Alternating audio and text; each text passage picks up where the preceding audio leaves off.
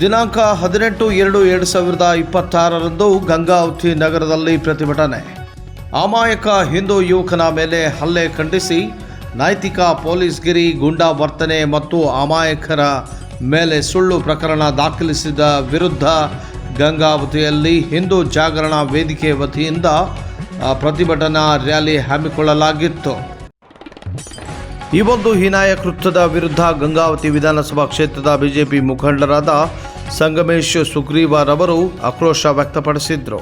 ಈ ಪ್ರತಿಭಟನೆಯಲ್ಲಿ ಮಾಜಿ ಶಾಸಕರಾದ ಪರಿಣಾಮ ಮುನವಳ್ಳಿ, ಸಂಸದರಾದ ಶಿವರಾಮೇಗೌಡ, ಹಿಂದೂ ಜಾಗರಣೆ ವೇದಿಕೆಯ ಮುಖ್ಯಸ್ಥರಾದ ಶ್ರೀಕಾಂತ್ ಹೊಸಕೇರ, ಅಯ್ಯನಗೌಡ ಹೇರೂರು ಮತ್ತು ಮುಖಂಡರಾದ ಚಂದ್ರಶೇಖರ್, ಯಮನೂರ್ ಚೌಡ್ಕಿ, ಮದನ್, ಶರಣಬಸವರೆಡ್ಡಿ, ದೇವಾನಂದ್, ಸಂಗಮೇಶ್, ಗಾಂಧಿನಗರ ಸೇರಿದಂತೆ ಸಾವಿರಾರು ಜನ ಉಪಸ್ಥಿತರಿದ್ದರು.